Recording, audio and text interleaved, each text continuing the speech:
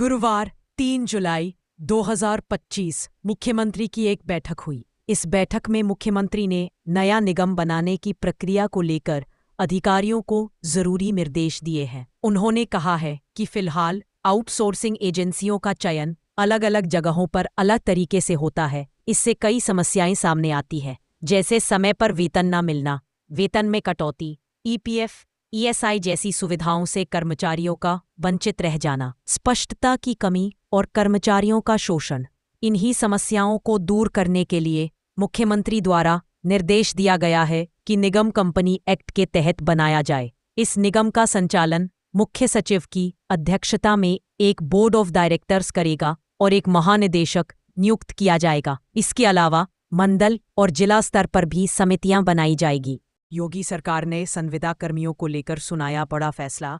योगी सरकार ने संविदा कर्मियों को लेकर सुनाया बड़ा फैसला। द्वारा लिखित मुख्यमंत्री ने संविदा कर्मियों के लिए बड़े फैसले लिए हैं।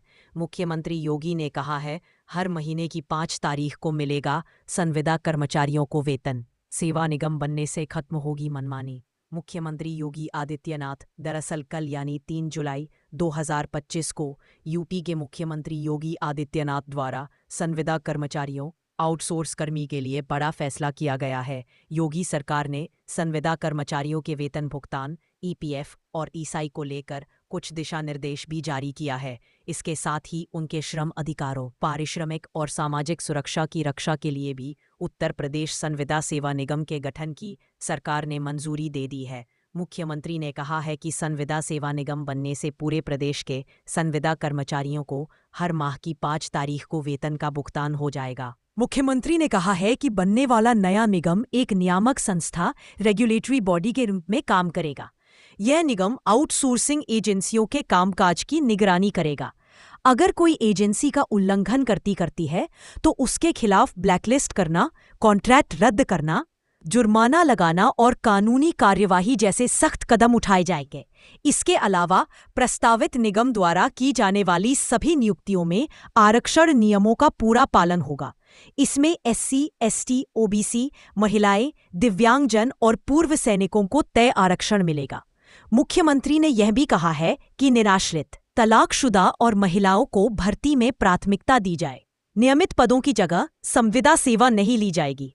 मुख्यमंत्री ने यह भी आदेश किया है कि जहां नियमित पद मंजूर हैं, वहां संविदा के जरिए किसी की भर्ती नहीं की जाएगी। यानी सरकारी विभागों में जो स्थायी पद हैं, उन पर केवल नियमित भर्ती ही होगी। संविदा से काम नहीं चलाया जाएगा। आउटसोर्सिंग एजेंसियों का चयन जेम पोर्टल के माध्यम से कम 3 वर्षों के लिए किया जाएगा। साथ ही यह भी सुनिश्चित किया जाएगा कि वर्तमान में काम कर रहे कर्मचारियों की नौकरी पर कोई असर न पड़े और जब नई भर्ती होगी तो उनके अनुभव को वेटेज दी जाएगी। संविदा कर्मियों को हर महीने 5 तारीख को वेतन मिलेगा। मुख्यमंत्री द्वारा यह भी निर्देश दिया गया है कि सभी संविदा कर्मियों को हर महीने 5 तारीख तक उनका वेतन बैंक खाते में भेजा जाए।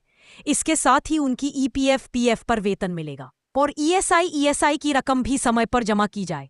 कर्मचारियों को इन योजनाओं से मिलने वाले सभी लाभ भी पूरी तरह दिए जाए। कार्मिकों का शोषण समाप्त करने के लिए श्रम विभाग तैयार कर रहा प्रस्ताव योग्यता व पात्रता के आधार पर रखे जाएंगे।